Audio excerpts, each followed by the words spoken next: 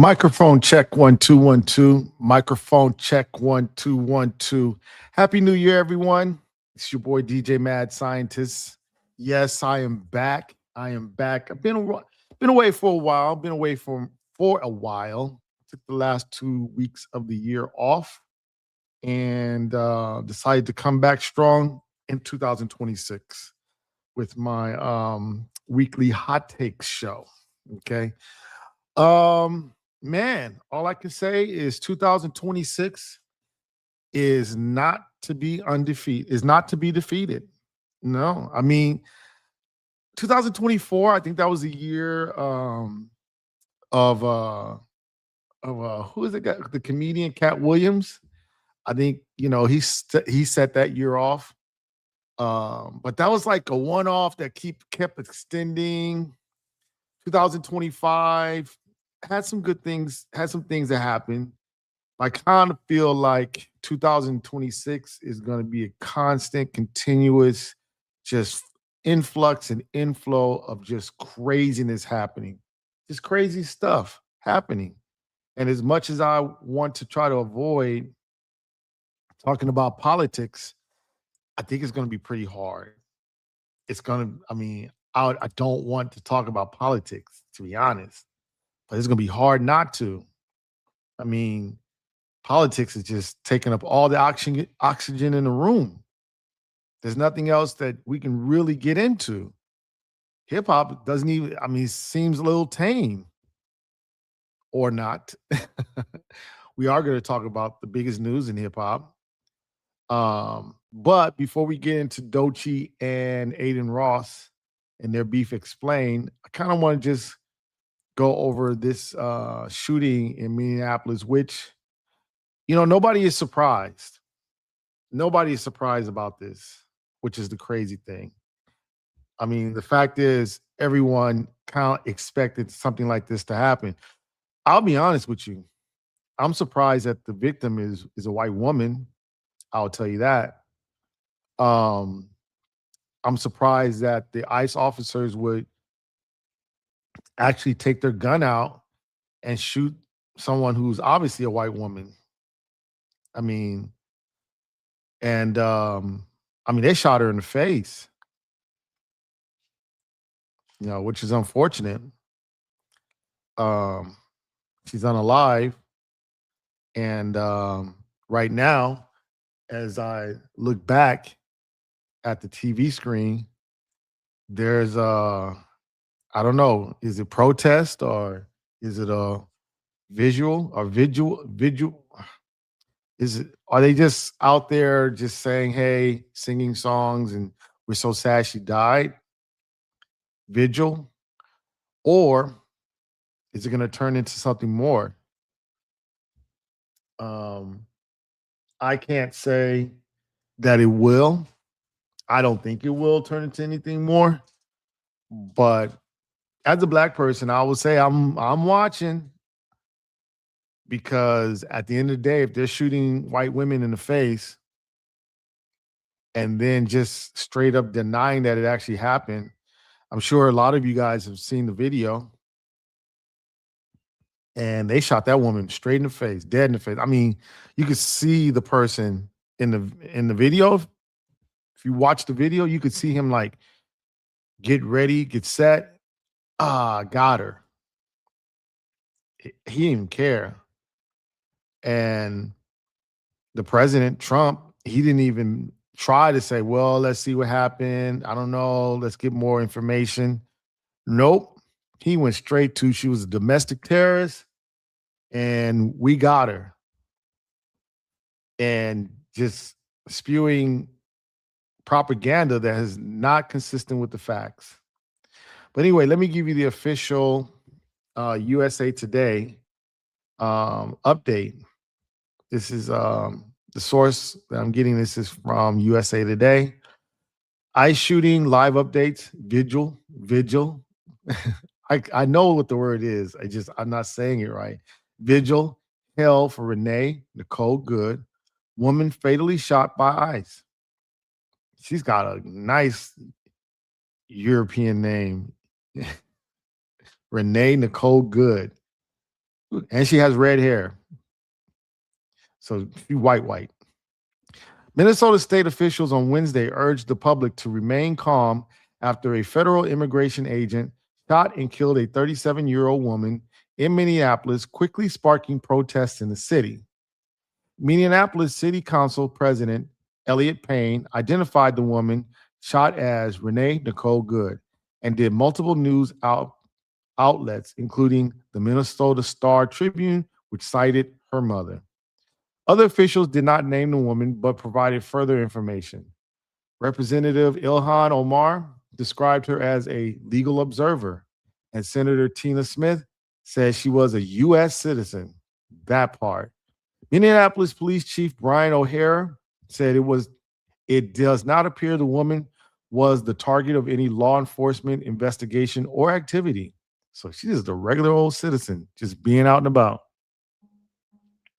Homeland Security Secretary Kristi Noem alleged that Good hit the officer in the shooting with her vehicle and said he was briefly hospital before being released. Not true. Not true. We're seeing the video. Governor Tim Walz described the shooting as totally avoidable and urged people to demonstrate peacefully, recalling the protests in the wake of the killing of George Floyd, which occurred less than a mile from where the federal agents fired. To Minnesotans or to Minnesotans, I say this: I feel your anger. I'm angry, Walt said at a news conference hours after the shooting. They want a show. We can't give it to them. The Department of Homeland Security initially said an immigration and custom enforcement agent fired defensive shots, in quotes, after a woman attempted to ram officials with her SUV. You know, they had to know there's going to be a video to come out. But Minneapolis Mayor Jacob Fry and other officials disputed those claims, saying videos show the woman driving away from federal agents, not toward them. That's what the video shows. They're already trying to spin this as an action of self-defense, Fry said at a news conference. Having seen the video myself, I want to tell everyone directly that it is BS. He didn't say BS. Videos circulating online show multiple law enforcement officers approaching a dark red vehicle and an individual saying, "Get out of the expletive car." The SUV initially reversed before driving forward, and a law enforcement officer standing near the front of the video, not really directly in the front, but kind of like in the front, but on the side. On the right side, see, they say on the side too, the car, and shot into it 3 times, like pow, pow, pow. The car immediately crashed into a line of other parked vehicles as onlookers screamed in fear. The FBI is investigating the incident. Separately, the Minnesota Bureau of Criminal Apprehension has launched a probe into the federal agent's use of force. The shooting comes after the Department of Homeland Security launched a major immigration operation in Minnesota, targeting what it described as illegal immigration and fraud in government funding programs. I said it was the largest immigration operation ever. Here's the thing. I think that it's not crazy for me to speculate on this. The problem is going to be you have 2 levels of investigation.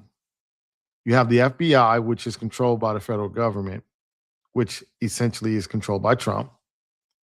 And then you have the Minnesota Bureau of Criminal Apprehension, which is a state agency. You're going to have a problem because I believe that they're going to have 2 different narratives. And then what do you do with that officer? Do you have him leave the state and then he's a fugitive of the state?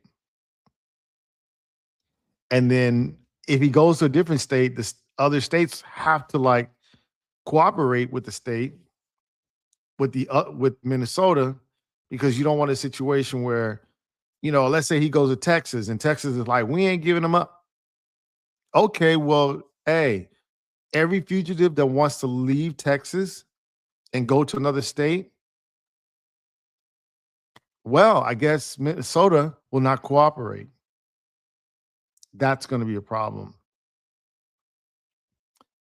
So yeah, that happened today. And you can have disputed, narratives going out, but you can't have disputed facts. Right now, there's people marching b- for the most part being peaceful. I think for the most part, the question is, what y'all gonna do? And when I say y'all, I mean white people, what y'all gonna do? What are you going to do? I mean, you know, I'm not looking or I'm not saying there should be violence, but apparently your protesting is not working.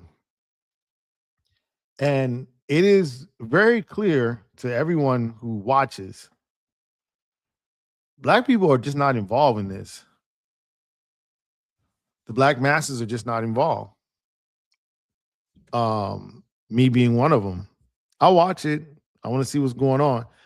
And I mean, if you ask the question why, because a large segment of the black population feels like we did what we were supposed to do when it was time to vote. You had a large segment of the Latin community, and it wasn't every. I know the Latin community is different, is diverse. You have the Cubans in Florida, the Venezuelans in Florida, and for the most part, I mean, Haitians are not Latinos, but Haitians and the Venezuelans, they voted for Trump in Florida. Now, a lot of the Mexicans on the West Coast, they not so much. There was an increase. But consistently the Cubans vote for Trump. They voted for this. And I think within the Latino community, they probably didn't really understand that the real problem is that it is projected by 2040 that the white population in America will be the minority. And the largest community in America will be considered Latino. Now, I realize that the Latino community is diverse. Literally on the West Coast, you're going to have mostly Mexicans, literally on the Southeast, mostly Cubans. And they don't see eye to eye. Even the Mexicans that are in Texas don't see eye to eye with the Mexicans in California. And so, but number wise, by 2040, white people will be the minority. And the issue is that there are people here in America who want America to remain culturally European, majority European, culturally. Now, I use that word specifically culturally because, as much as some Latinos would like to align themselves with Europeans, they align themselves more with whiteness than they do with European. Let me say that again. They align themselves more with a skin tone than they do with European culture. Meaning the Cubans are going to align themselves with a skin color and say, I'm light, light, light. They don't want to be dark, but they're still going to be Cuban.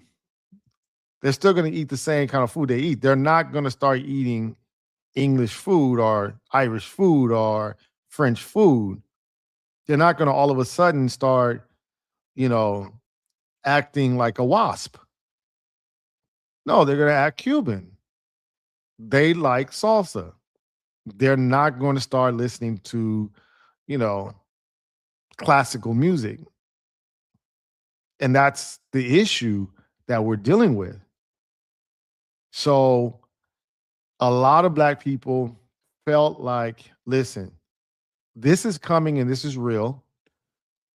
African Americans are as a minority group, have been here in this country the longest than any other minority group.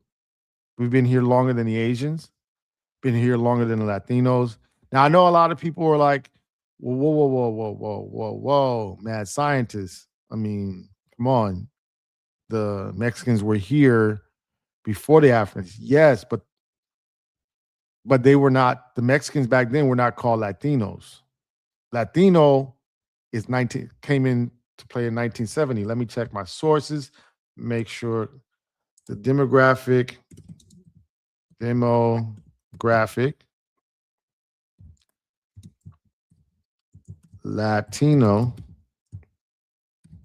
started when?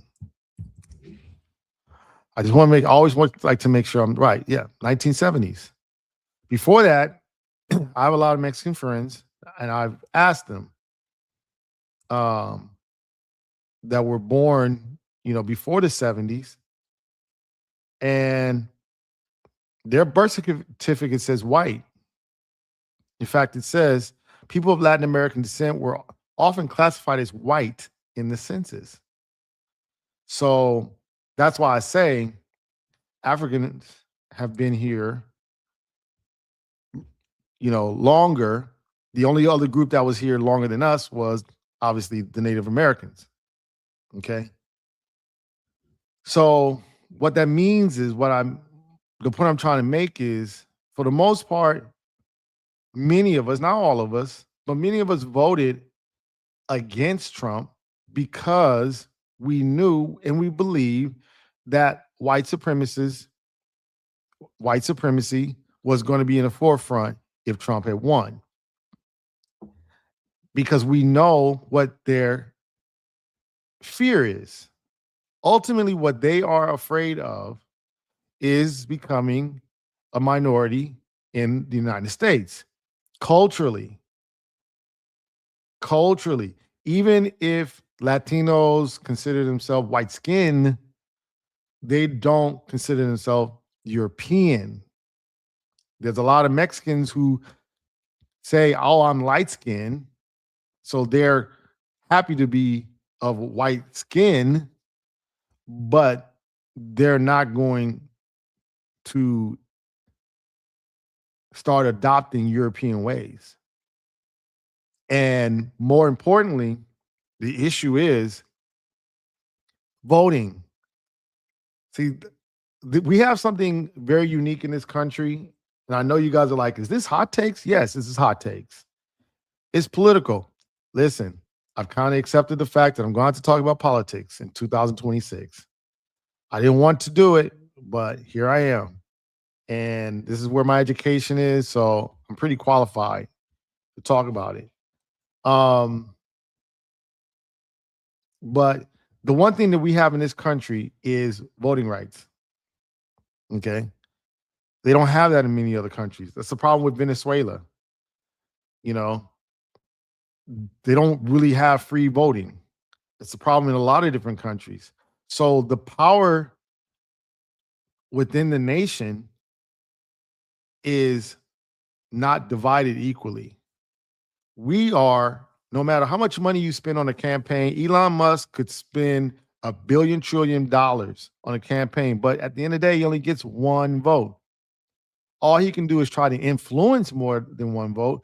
But when he goes in there and pulls that lever, he has one vote. That's it. And that's what makes this country different than a lot of other countries. That one vote. And so if you have people voting their interest, at the end of the day, Cubans can be light skinned as they want to be. They can be the lightest of lightest skin. But at the end of the day, they're still going to consider themselves Cubans. In fact, that's what they call themselves, Cubans. Okay. They have not erased the other nationality.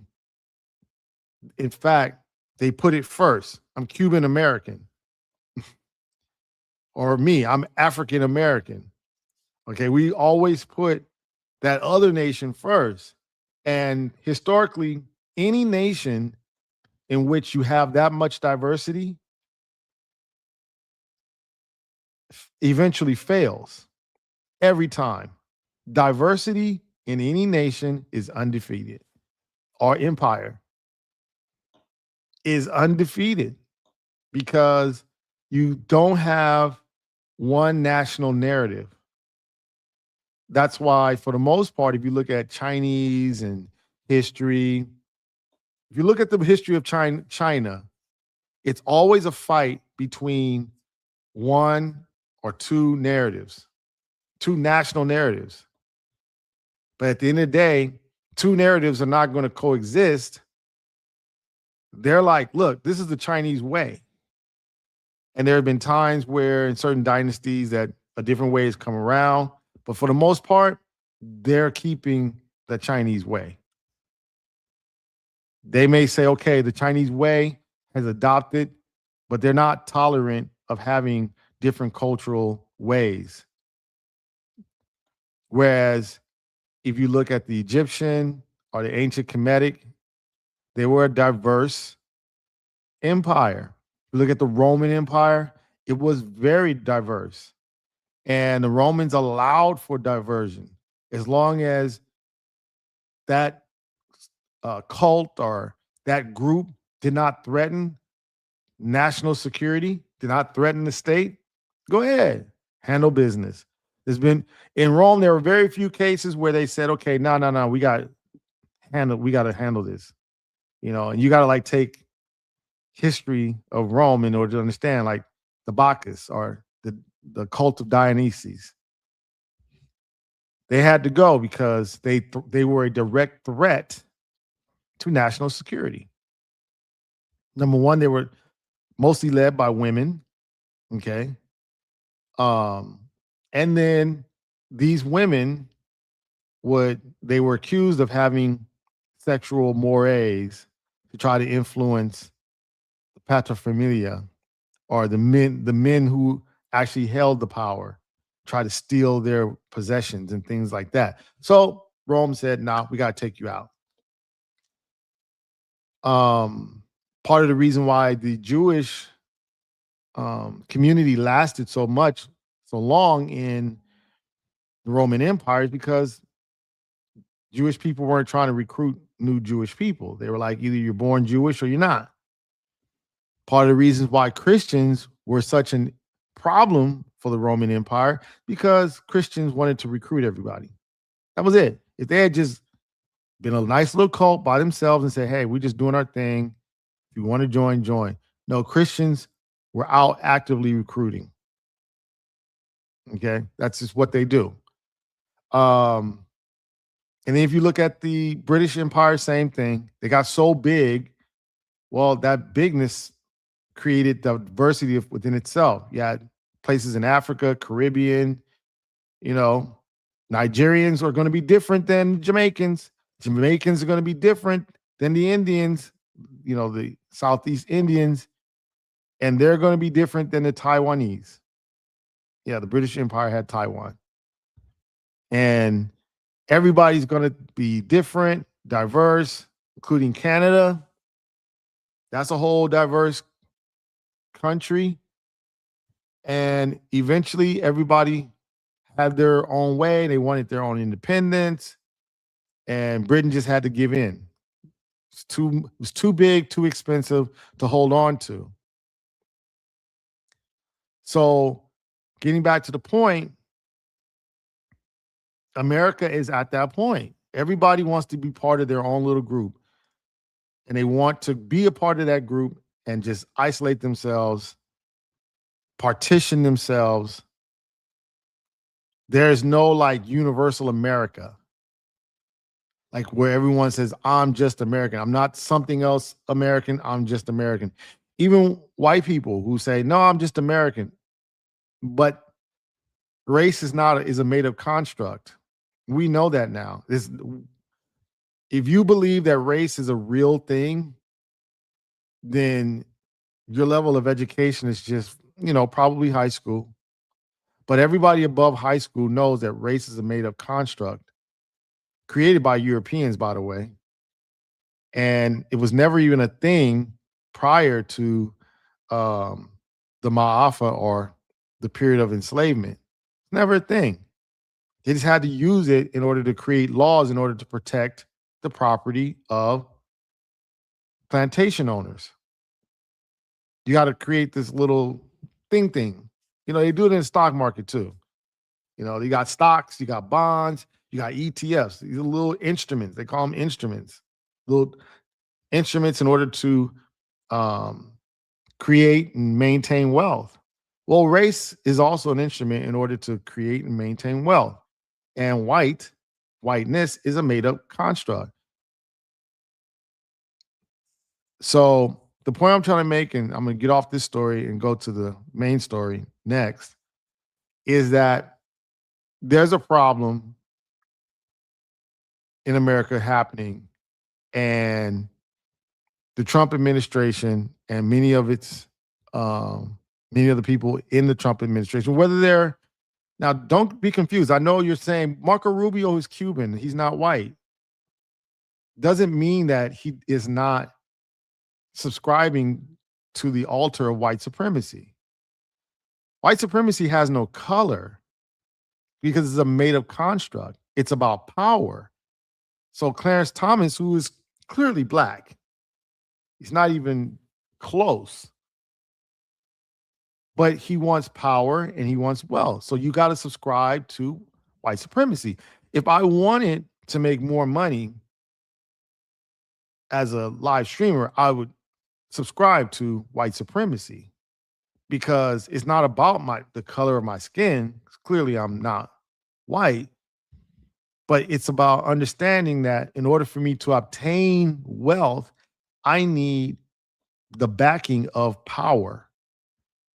And white power is going to probably be more powerful than any racial group, even if their actual numbers are smaller.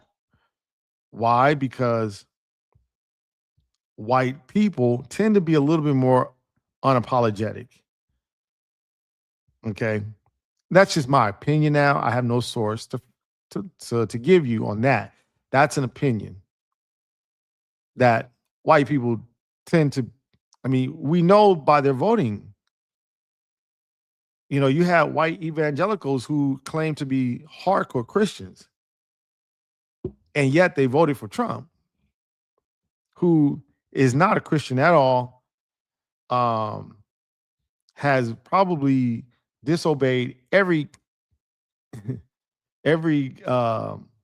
rule in the Bible, right? This is a different word for it. I can't think of it. Commandment. There you go. He's probably disobeyed every commandment in the Bible, but yet white evangelicals will vote for him because they want to maintain a power structure, and they want to be able to make money. And in order for you to gain that wealth, you got to have power behind it. If you want to see examples of how you can have wealth, but if you have no power, that wealth, that riches will go away. Just look at a lot of the black communities that existed, most famous being Tulsa. They had a lot of money. Those black people had a lot of money, but they had no power. The white people who rioted that city had the power. I'm not talking about just having guns. Guns is nothing. You got to have the power of government in order to maintain wealth. And the black people of Tulsa did not have that.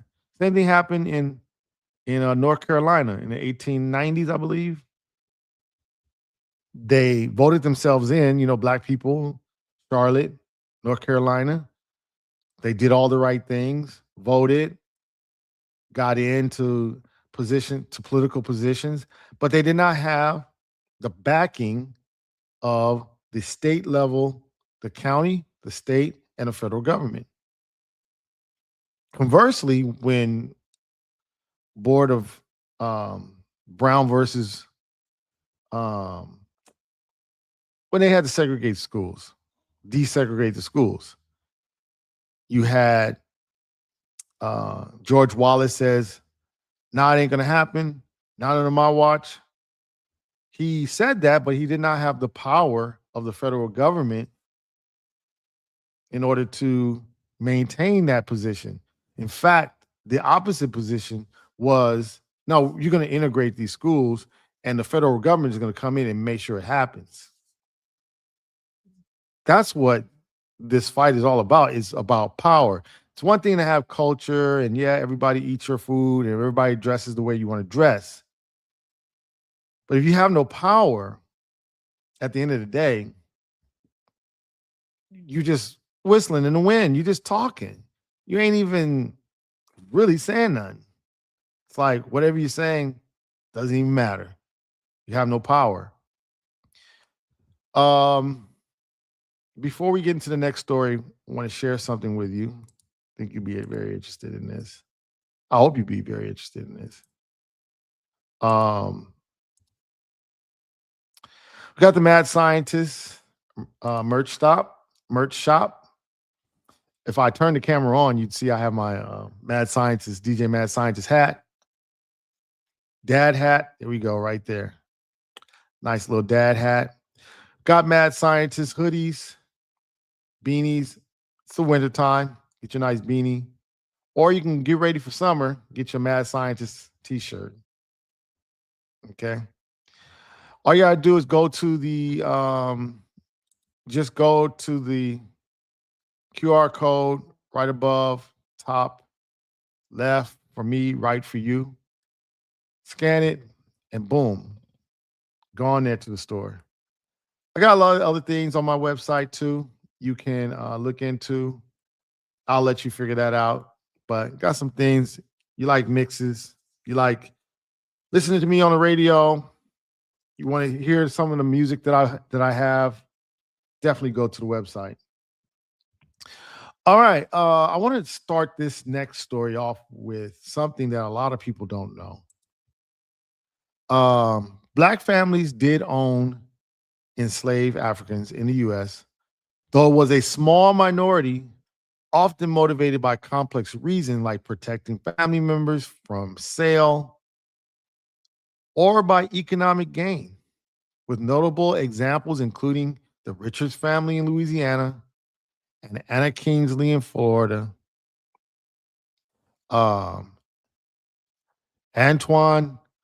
Dubuclet in Louisiana, Andrew Dunford, Louisiana, Anthony Johnson, Virginia. Now you may be, the most famous would be William Ellison. Dave Chappelle talked about him. This guy, William Ellison, was out of South Carolina.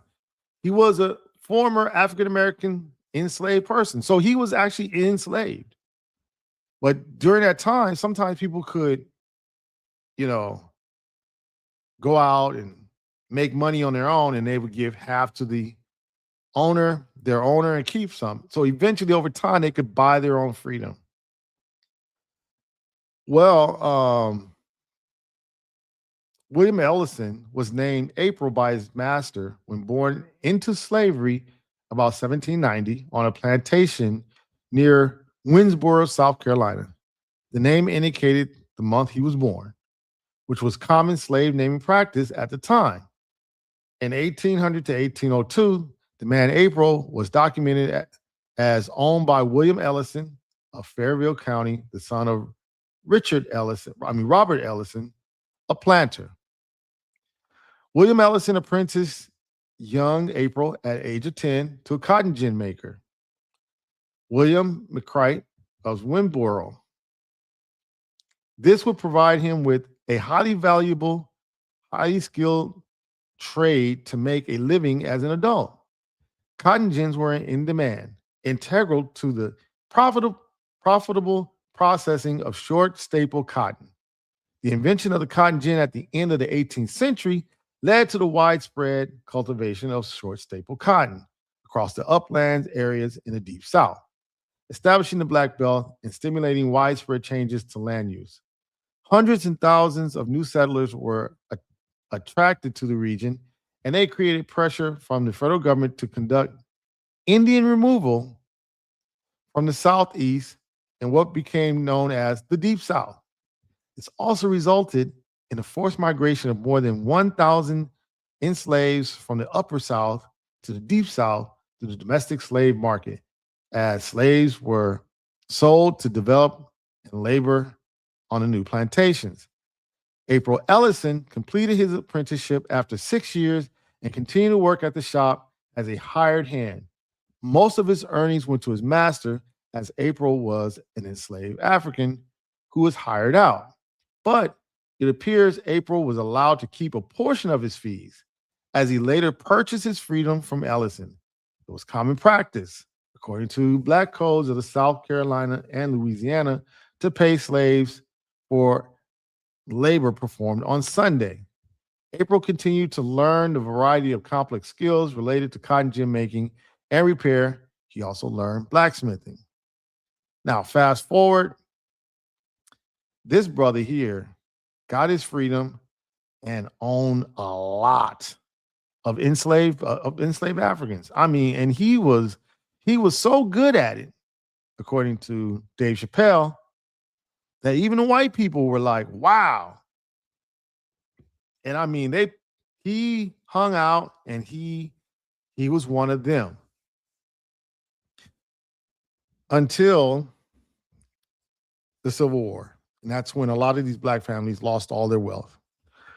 Now, you may be asking, mad scientist, what does that story, William Ellison, have to do with Doechii, Adin Ross, and Glasses Malone? Here's the deal. I think they've talked about the story enough that everyone should know. But let me just quickly recap. Adin Ross is a streamer. Now, you may ask a question, what's a streamer? Well, that's just people who get on, like I'm doing right now. I'm streaming. But they get on for hours and they just talk about certain things. They talk about hot topics. They may review music. They talk about current events, or they may just be talking about whatever is, they may do interviews, right? But people like listening to certain people. I have people that like listening to me and, for their perspective on things. It's entertaining. I like listening to certain people. The thing about Adin Ross and Neon is, when you start to get into this business, when you start to say, I'm going to sit here and talk, right? I'm talking to a mic. Hopefully people will listen. If you're just doing what I'm doing right now, talking and lecturing, you ain't going to get a lot of people. I'll be honest with you. Okay. You're not going to get a lot of people. It's just not, people just kind of want to hear the BS. They want to hear the gossip. Ooh, what's going on? They don't want to be lectured. Now, for me, why do I continue to do it? Well, because I do have standards and I'm not really ready to say I want to be talking about 100% BS, because I just feel like it becomes a part of your life and who you are. Your life becomes the BS. Me, I like to read, educate myself, so I don't mind talking about history because it's a lesson that we can learn from these historical times. The lesson that we need to learn, well, first, let me recap. So Adin Ross has been commenting on hip hop and current events related to black people. That's how he got his notoriety. Okay, by commenting on hot takes related to black culture, black people, hip hop culture, hip hop artists. That's how he's got his notoriety. So black people look at it as, oh, now you're trying to get into the culture. Now, black people tend to, there is this narrative, or there's a saying, black people are not a monolith. There's a saying, we're not a monolith. Primarily because when we were picked up out of Africa, they kind of mixed us all up. It wasn't like they got us out of one country and then put us all together. They tried that in Haiti, and that was a disaster for them. So they're like, nah, we got to mix them up. We want to make sure they all speak in the different languages, having different value systems, having different everything, because we don't want them to bond together. So, up until very recently, and I would argue up until like now, Black people just really haven't been able to express themselves as who they are, fully as who they are. But we're starting to see that within the Black community different factions. So you got the street guys, you got the corporate guys, you got the school, the educated class. You got different classes of people. One of the classes that rarely gets talked about because we just kind of like never thought about it. I don't know why, but I see that class of Black people developing more and more. Well, I'm talking more specifically about the capitalistic brothers, the brothers who truly believe in capitalism. It's not a moral failing. It's just capitalism is a system, is an economic system in which you have a combination of capital, which is money, labor, which is the workers, and you have land. Okay. Or that could be another word for resources. Okay. That's all capitalism is. And it's not as there is no sense of morality as we practice it here in America. The reason why I say that is because the person who invented capitalism, Adam Smith, he was a very moral person. He thought capitalism would be a moral exercise. But once it got over here to America, they took the morality out of it because they had my ancestors on plantations. So it's hard to say you're being moral when you're enslaving human beings. So you got to take the morality out of it. Capitalism just got to be about numbers, money. What we have always had, and this was in the 1790s, we've had brothers who, for the most part, it's all about the money.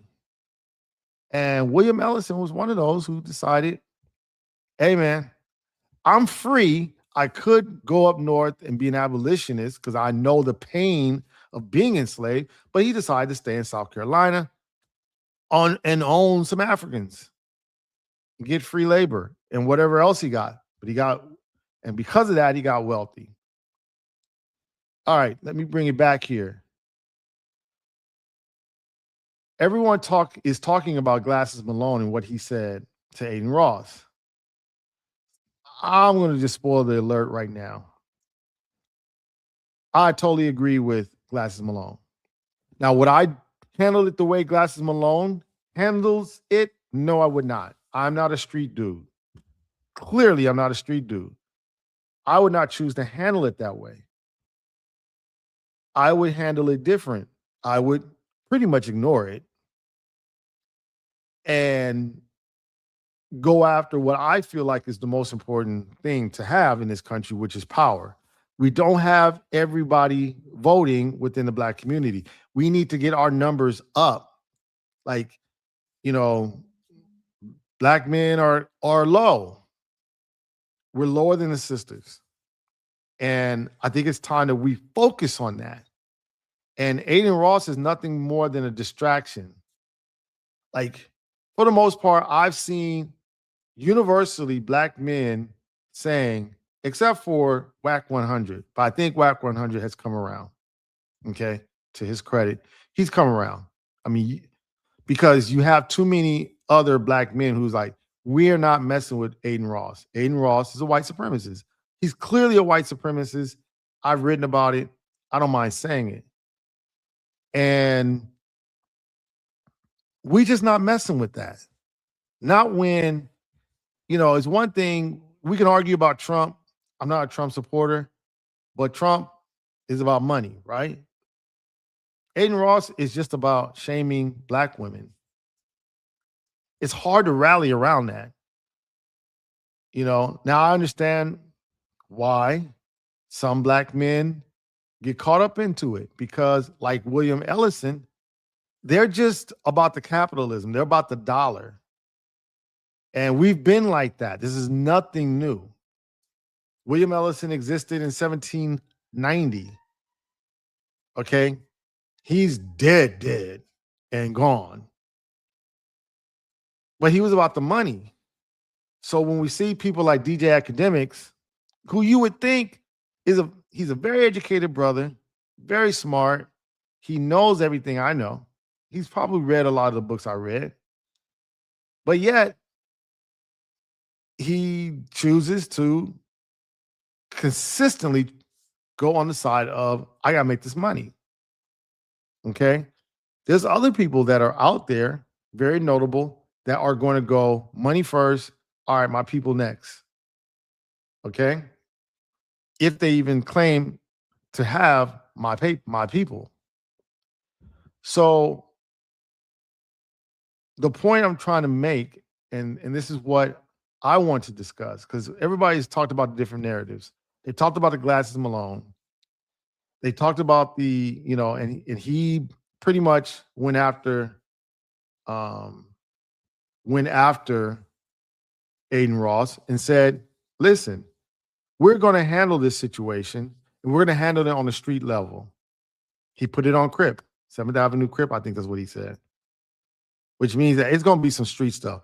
And most of those people, you gotta understand, when you come to LA, and if you're not from LA, then you probably don't know this, but when you go to LA is pretty much wide open. LA is huge. Okay? Huge. So when someone says, I'm going to get in an airplane or I'm going to get into a car, I'm coming to LA, it's not like some small little area where you can be like, well, I'm still here in California. I'm still in this area. And I'm cool because it's not LA. No, everywhere you think you're going to go, it's LA. And it's wide open, meaning everybody's going to go everywhere. You got black people every part of LA, even the parts that black people don't live in, black people still go. Okay. And so it's very hard to operate in LA and think, okay, I'm good in this part of LA if all of LA is not good with you. That's the thing. And that's what a lot of people don't understand. You think, I'm gonna just go to Hollywood. I'm gonna go to Hollywood Hills. That's LA and it's wide open. And there's a lot of people that hang out. And the thing is, people may feel like there's a look or a uniform of a street dude. There's no look or uniform of a street dude. Street dudes look the way they want to look. And you might look at a guy and be like, oh man, he's cool. Like, he's probably a corporate guy. And then you realize, oh no, he's street dude. That's the thing about LA. And you got to come to LA because we still handle television here, film here. There's a lot of radio here. There's so many content creation that happen here in LA. You'll be like, I'm just going to Burbank. That's still a suburb of LA. I'm going to go to Sherman Oaks. You know, like, now I wouldn't do that. Okay, I'll just go to Encino. Word, really? So you got to keep in mind and that when Glasses says, now, Adin Ross is a problem and this is not going to happen. Also, Jason Martin said it, previously problem, but Jason Martin, it's not going to happen. And, originally Adin Ross tried to, hey, let me call my homie Whack 100 and maybe Whack will talk to him. The thing about black people is we have our own mind, but then there comes a time where we all recognize, okay, we coming as one. Arguments, nah, we can debate it after amongst ourselves, but right now we're about to handle business. I probably agree with Glasses Malone 1% of the time. But when I heard his call to action, I knew for sure I was not going to be trying to come up with no educated point of view. It's not going to happen. That call to action had to stand. Let it stand. And I've seen other people who talk about these matters And universally, we all are like, nah, Adin Ross is tripping. He crossed the line. So that being said, I want to spend the last 10 minutes. I'm gonna do 10 minutes because I was watching Van Lathan and on his podcast with I can't remember her name. Excuse me for not remembering her name. I don't really watch it a lot, but this is one of those times where I wanted to watch it. That's why I can't remember her name. But they were talking about, she had mentioned, in fact, let me not call her she. Let me find out what her name is. Let me just Google it. Van Lathan and Layla. No, Rachel. There you go, Rachel. Okay, so Rachel's whole thing is, hey man, part of the reason why Adin Ross isn't a problem is because he's being invited into the community by certain kind of men, black men. And Van Lathan didn't want to hear that. He just straight up, nah, don't blame it on men. Now, how did black men become the problem when it's Adin Ross doing the dirt? Adin Ross is a white man doing dirt. How is black men coming the problem? And Rachel really didn't try to, you know, she tried to really defend her point, but I kind of feel like Van Lathan kind of overtalked her and didn't allow that point to exist. As a man, I will say, and as someone who's a historian, okay, well, clearly street dudes, we look at certain guys and we're like, that's a street dude because of how he dressed. Or we look at another kind of guy, like you might look at me and be like, well, you're either a corporate guy or you're an educated guy, right? I have kind of studies guy, right? I never hear people talk about the capitalists in our midst, and we've had it for the longest. The capitalists, the people who, you know, built Tulsa, okay, Black Wall Street. We always had them because for the most part, you got to remember and understand, we were the capital of this country. Literally, our bodies were the capital of this country. They used to mortgage our bodies. What do I mean? What do I mean by mortgage? Meaning, if you had a black body, you can go to the bank and get some money based upon how many black bodies you had on your little plantation. Or you can get credit based upon how many. So imagine a credit card based upon the bodies you have, the black bodies you have on your little plantation, or be able to say, bank, give me money. What's your collateral? I got 100 black bodies, and they would come out and they would appraise us based upon age, height, size, skill, etc. Okay, for that black body, you can get $100. Ooh, for that one, you can get 200. For that one, probably 50. Okay, literally, we were the capital of the American country, the United States. So, and we were the producers of cotton. We were the ones who made the cotton, okay, manufactured the cotton. So no other group like us could understand the power that we saw in capitalism. We understood it, even if we could not write it down because we were not allowed to write, even if we could not read about it in The Wealth of Nations, which is the book of capitalism that was written in the 1600s.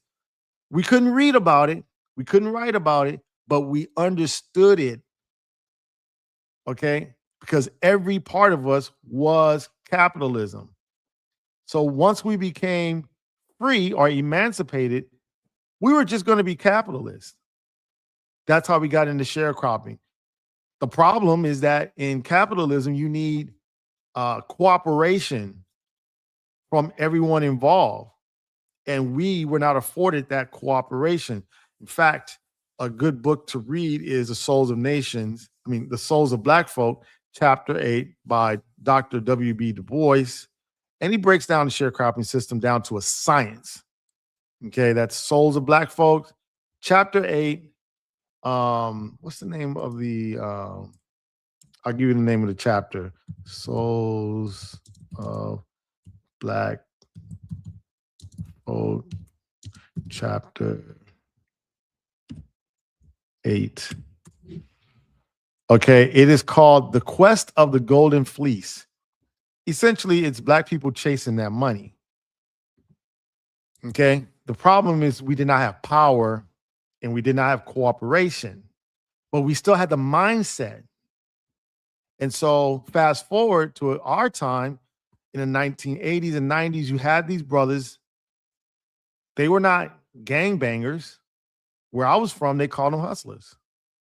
Okay, they weren't interested in defending Crip or Blood. They essentially, where I live, they dealt with everybody because they just wanted to sell you drugs. And these men and women exist in our community. And so, whereas in the 80s and 90s, you had drugs, crack, cocaine, weed, everything else. Now, the drug of choice in this era is attention. And so, guys that would have sold drugs in the 80s and 90s are now selling or buying. They're in the business of capitalizing on attention. And so, whereas they brought in the 80s and 90s, they brought in white crack, now we're bringing in white supremacists into the Black community. So, if I were to talk to Van Lathan, I think Rachel had a very good point. Yeah, we have to talk about the WAC 100s. We have to talk about the other guys that sit there next to Adin Ross, because if it wasn't for these guys bringing them into the community and trying to capitalize on them, then we wouldn't have to worry about the power that Adin Ross has over Dochi's likeness. Oh, the power. See, it's not, I doubt that Dochi cares what Adin Ross feels about her. He probably gives zero cares about how he personally feels.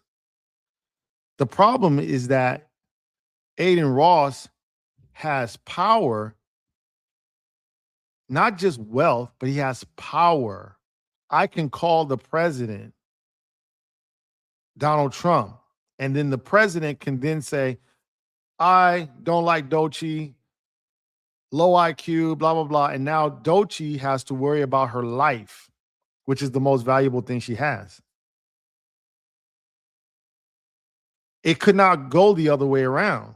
Dochi could never call Trump and be like, yo, I don't like Adin Ross. And then Trump rants about Adin Ross 3:00 in the morning. And then now he's getting doxxed and death threats and things like that. It's an imbalance of power. It's essentially Adin Ross trying to do what his ancestors did, or the people who thought like him did with Tulsa. We don't like what those Black people have. We have power. Let's go burn down what they have. Let's go burn it down. Let's get in our airplanes and bomb it. He is trying to destroy her career, take away her wealth, and the imbalance comes from the power. But how is Adin Ross able to infiltrate into the community? Essentially, how do you get a map to Tulsa? How does he know where Tulsa is? Because you have people who live in Tulsa, understand Tulsa, can give you a map, and they say, you know what? I just want to make this money. And if Adin Ross can help me make money, I don't care. I'm about this money, because they're about capitalism. And I think we do have to start looking at that, because historically, I'll tell you, the William Ellisons and the other Black families that owns, especially the ones in Louisiana, they all ended up poor. Like, their families ended up poor and broke. Why? Because at the end of the day, when the Civil War came, those black people did not have, those African Americans did not have the power. The white people didn't have the power. So if they didn't have the power, those African Americans did not have a power. And when they start creating laws based upon race, not upon status, not upon wealth, but based upon race, black codes were created. Well, your money can't buy you out of that. Your money can't, if you're black, your money cannot buy you into being white. I mean, look at Sammy Sosa. That brother tried, and nobody thinks that Sammy Sosa is white. Not one of us think that Sammy Sosa is now a white person. Can't buy, black people can't buy our way into whiteness. All we can do is accumulate money and wealth if we support white supremacy, but we cannot be white. Because if they allow, he's like, well, they allow the Latinos in, they allow the problem, and this is pretty much, I won't say basic economics, but it's like economics. Okay. The more scarce something is, the more sacred something is, the more valuable it is. If everybody was white, or if everybody was American, then you would not have scarcity. So therefore, if you don't have a Compton, Lakewood is going to lose its value. Lakewood is expensive because you have a Compton. Compton must exist so that Lakewood could be more expensive. And if you live out here in LA, you know what I mean. Lakewood's a white city. Compton's a mostly like black and Mexican city. Compton has bigger lots, bigger houses, more land. You want a lot of land, buy your house in Compton. Okay. A better school district because it has central control. Okay. Compton is pretty much made to create millionaires. Lakewood was made to house military people. Smaller houses, all cookie cutter, smaller lots. We used to have the Navy out here. Okay. It was built to house military. Compton was made for planters, farmers. We have in Compton the farms, Richmond Farms. You're supposed to be millionaires in Compton, but yet it's not. That's not the case, because most of the military after the Second War was segregated, and they gave a lot of white people housing after the Second War. Lakewood. Well, if Lakewood is mostly white and Compton was mostly black and Mexican, we have to keep Compton down in order for Lakewood to become more valuable. Scarcity. That's what it comes down to. So my position on this is this. Rachel, I agree with you. You probably could not defend your point for two reasons. First and foremost, Lathan Van, you was ranting on top of her. But secondly, Rachel, I think you needed more information to make your point. And so I'm giving you the information. It's that capitalistic mindset. Now, don't get me wrong, I'm a capitalist to the core. All right. I'm not talking about let's all be communists or socialists or anything like that. No. Okay. I've read enough to know I don't want to be a Marxist communist. Not at all. I like capitalism. But just like America said, okay, we can have capitalism, but we got to mix it in with a little socialism. Black capitalists are going to have to take capitalism. We can be capitalists, but we're going to have to mix it in with a little bit of social or community understanding, some community responsibility, accountability. We can't be selling Adin Ross to the black community like we sold crack, weed, and cocaine in the 80s and 90s. Just can't do it. We've got to get to the point where we have a certain line. And as much as I disagree with Glasses, I think he kind of woke us up to that reality. He talked to our inner soul, and I think he woke up most of us, not all of us, but most of us. He woke up, and we had to say, we can't be so into making money that we're gonna throw away our women in the process. Because, like Tupac said, we got our name from our women, our game from our women.